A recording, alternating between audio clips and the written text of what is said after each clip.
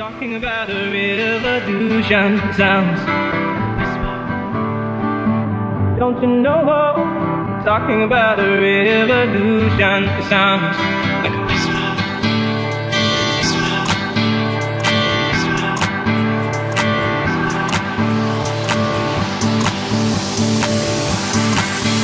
While they're scanning the welfare lines,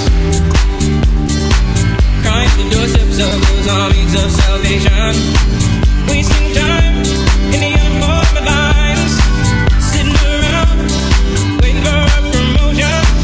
Don't you know? Talking about a revolution sounds. Who are people gonna rise up, get their share? Who are people gonna rise up, take what's there? Don't you know you better run, run, run, run, run, run, run, run, run, run, run. Oh, I said you better run, run, run, run, run, run, run, run, run, run, run. It's finally the tables are starting to turn. It's finally the tables are starting to turn. It's finally the tables are starting to turn. It's finally the tables are starting. Ladies and gentlemen, today is Thursday, the 8th day of May 2014, and if you can hear the sound of my voice, you are the revolution. My name is Smokin Mekhael, and I'd like to welcome you to the revolutionary nightly news. I'm really excited, I'm very motivated, and I'm very happy because I've got such a massive response for the first episode of the news that we had the other night. So much so that I'm going to focus tonight's episode on questions from you, the revolutionaries out there, because we are all in this fight together. And this is an interactive show, and this is an interactive process. And together, we're going to win the revolution. My first question comes from AJ. My man AJ wants to know what I think about the recent one-punch laws. Now I've made my stand on the lockout part of these laws very clear, but I want to break it down for you. This legislation, the Liquor Amendment Act 2014, you can read that right there. There are three main parts to it. The first deals with venues, which is what I've spoken about before regarding lockouts, where venues within this region have to have a lockout of 1:30, which means you can't get in the club at 1:30, and they have to have last drinks at 3 a.m. Now, I've already lost gigs because of this. People working in the bars, people who run the clubs, I know have lost massive amounts of money because of this, and this is a joke. When I was younger,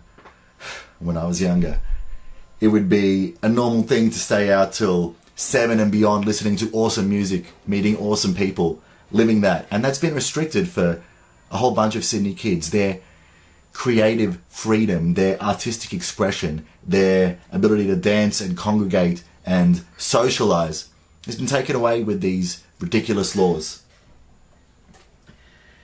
I really don't agree with any of that. These lockout laws they're a joke. And the thing is, it's not one political party or the other political party that are really pushing for this.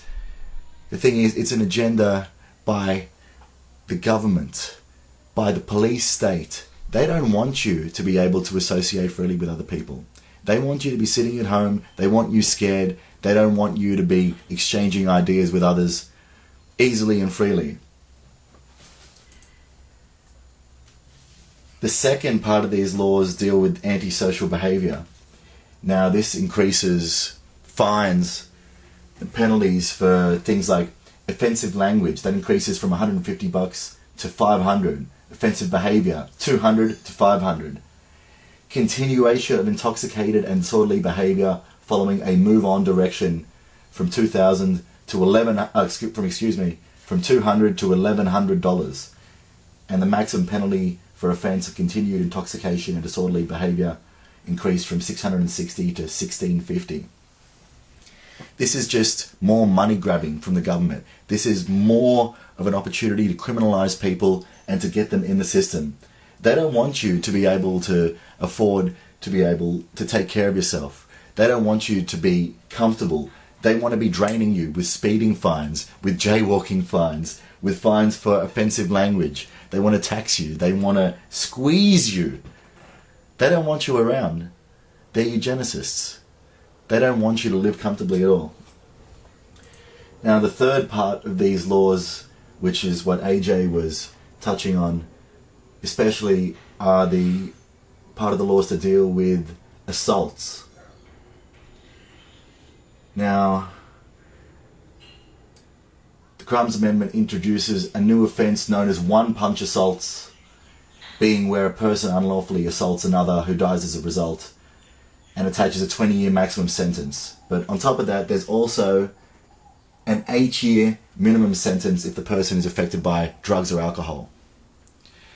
Now, imagine this scenario. You're out, you're having a few drinks, and somebody attacks you, or somebody attacks a girl that you're with, and you get into a fight with them, and you get into a brawl. The police turn up, you're both fighting, they arrest both of you.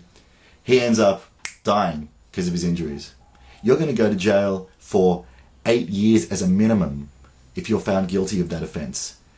Minimum sentencing and mandatory sentencing takes away a judge's discretion. And once again, it's just used to shovel people into the jails, to take away their freedom, to get us further involved in the prison system.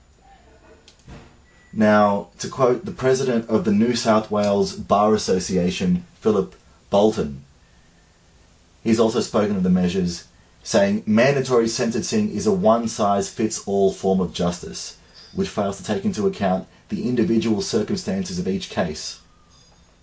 Mandatory sentencing laws do not deter criminal activity. They remove discretion from judges. They result in penalties that are often disproportionately harsh. It's exactly what I was saying. But they don't want there to be any discretion in the judge's hands.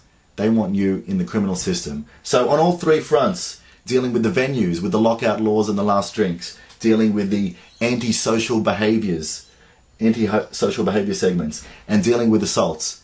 This is a massive assault on our freedoms. The Liquor Amendment Bill 2014. Read the bill, the link's right there. See for yourself. And the thing is, I haven't seen anyone really standing out against this bill in politics. This is why part of my broader strategy to fight this revolution is to launch this political party Freedom at a national level, at a state level, and at a local level. And I'm going to be talking about you every night on the Revolutionary Nightly News, what our platform is going to be and what I'm talking about. We're not going to win through a violent revolution. We're going to win through a revolution of ideas, through a revolution of consciousness. We've got to change within ourselves. We've got to want to change. We've got to understand the system that seeks to undermine us, the system that seeks to manipulate us, the system that seeks to oppress us. And that's what we're doing right here. Now, my good friend Jess wanted me to address the group Boko Haram, who kidnapped about 300 girls in Nigeria. And this is terrible. And there's a social media campaign, Bring Back Our Girls, where people are taking a photo with this hashtag and tweeting it and Instagramming it all over the place. Now this is terrible, obviously, anytime anyone gets kidnapped or anyone gets killed. But if you look further into it, this group Boko Haram, which is not its real name, it's a very poor English translation of a very long Arabic name. Jamatu Ahli Sunnah Lida Awitawal Jihad. Yeah. This group has links. This group is funded by NATO. And this group has received assistance from Al-Qaeda mercenaries in Libya. Now you can see the links here to how this group has received assistance from NATO. And if you say that's weird how they've received assistance from Al-Qaeda mercenaries in Libya, did you know that the United States State Department has publicly stated several times that they are actually funding and training and giving weapons and giving assistance to Al-Qaeda in Libya, in Syria, and in other parts of Northern Africa and the Middle East? Did you know this is their stated policy? And you think, wow, that's weird. America's supposed to be fighting Al-Qaeda in Iraq, and yet they're allies with Al-Qaeda in other areas. But research for yourself. This is public information. This is more than a 1984 situation where this group is a subsidiary of the Western powers to go into countries, take apart their government, to take down people like Gaddafi, who was standing against the New World Order. I'm not saying that Gaddafi was a good guy, but he was standing against the globalists. And they do this everywhere. And when you look at a social media campaign like this, with Michelle Obama holding a sign with the hashtag Bring Back Our Girls, it's very reminiscent of something. It brought something to my memory. Remember a guy called Kony? Joseph Kony? Remember that massive social media campaign and the video that went viral about Kony's child soldiers? And how they used that to talk up the United States going into Uganda? Then it was found out that that video was made by USAID, who works very closely with the CIA. You can check that out right there. This is another example of that.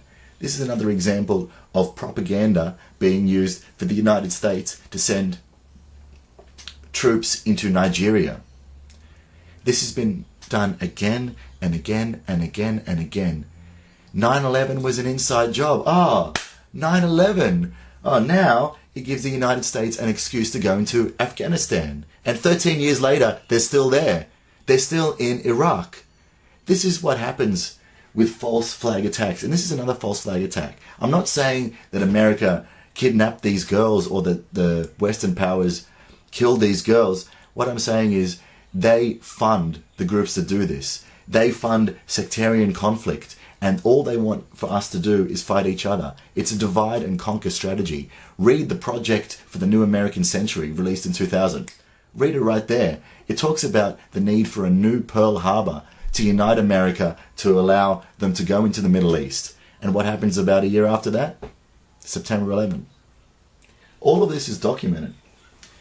So, as much as my heart goes out to the families of those girls,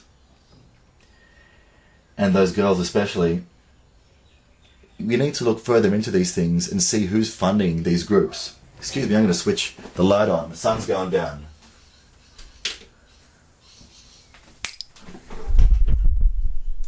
And moving on, my friend Adam wants to discuss the truth around commercial news headlines.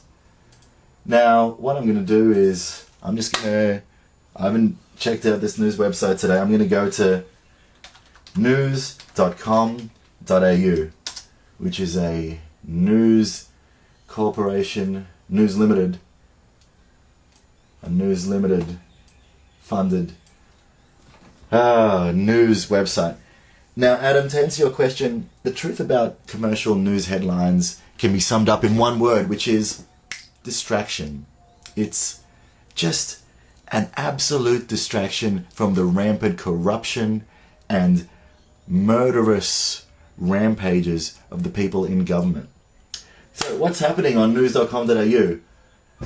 Biggest story there. Dark reality of MKR, a reality TV show about cooking. Ooh, that deserves to be the headline story. You know, they're not talking about what's really going on in the world. They're not talking about the massive economic collapse that's happening globally now. They're not talking about false flag attacks. They're talking about reality TV. What other headlines have we got here? When are you actually rich? What do you have to earn to be rich in 2014? Wow, that's great. Bizarre life of the dirtiest man. Sarah nearly guns herself down. Popular TV host nearly blasts herself in the face with a nail gun. So they're the top stories. They're the top stories. Don't you really think there are more important things going on in our world than this absolute trash? You know that there are more important things going on. We're trying to cover a few of them here. Bread and circuses, panem et circenses in Latin. Back in the Roman days, in ancient Rome, they needed to keep the people under control. They needed to keep them well-fed, bread, and they needed to keep them entertained. Circuses. That's all this is. Television, news, current affairs is nothing but a garbage pile of entertainment and wannabe celebrities. No honor, no morality, nothing true, nothing healthy. Just fluff and trash. Got one more question from John. Hey Smokin' Joe, watched your news last night and really enjoyed it. Was wondering if you could have any insight, if you had any insight you could share about the capitalist economy, the rat race, and how people focus on money more than their passions. This is something I'd love to talk about. John, my story, quitting my day job, working for an investment bank and doing what I love, my passion, DJing, is an example of what everyone has the potential to do. The thing is, we're bombarded on all ends saying that you've got to get a mortgage, you've got to get a house, you've got to pay ridiculous amounts of money for these gadgets that you don't really need. To quote Fight Club, we all work jobs we hate to buy things we don't really need. And that's what people are stuck in, because people can't see their own potential, but I can see your potential. The fact that you're tuning into this means that you're trying to better yourself. The fact that you're tuning into this means you know that there's more to life than working the 9-to-5 grind. I did the 9-to-5 for so long, and it crushed my soul, especially working for a corporate interest in a bank. That was disgusting. To actually, know that the bank was, how they manipulate people and how they, squeeze people. It really made me sick. But the thing is, I'm reaching out to all of you right now. You can be an entrepreneur. The question is, you think, what am I going to do? Well, the answer to that is, what makes you happy? Is it music? Is it dancing? Is it painting? Is it web design? Is it personal training? Is it fitness? What makes you tick? See, we're supposed to be people who come up with our own destinies based on, what makes us feel passionate. We're supposed to be self-actualizing, but we're bombarded with advertising and propaganda and news that's supposed to make us feel small and supposed to make us think that we can only go in a certain number of directions, when the thing is, you have unlimited potential. Just imagine Einstein didn't even scratch 1% of his true potential. You have books inside of you. You have #1 songs inside of you. You have movies inside of you. You have a revolution inside of you. You have the ability to do anything you want. That's what happened when I broke that Guinness World Record. People asked me the reason why I did it. It's because I remember talking to a lot of people at the time, and they were depressed, and they were saying, my life sucks, I'm so depressed, this job sucks, I don't know what I'm going to do about it. And I wanted to do something outrageous, to stay up for 7 days DJing continually, to prove to people that anything really is possible. And I want to leave on that note. I want you to understand that we might be facing something huge in this revolution. The government's got all the guns, they've got all the weapons, they've got all the money. But anything is possible if you truly believe. And that might sound like a throwaway line, but through all the religious texts of the ages, through all of the great writings for thousands of years, people have understood that if you conceive something in your mind and you believe it, you will receive it. You will achieve it! Ladies and gentlemen, my name is Smokin' Joe Mekhael. I want you not only to spread this message, I want you to research what I've talked about today. I want you to look into it, and I don't want you to take my word. I want you to find out for yourself, and I want you to spread this message. I want you to start your own message. I want you to start your own YouTube show, and I want us together to win this revolution. Viva la revolution! Woo! Yeah.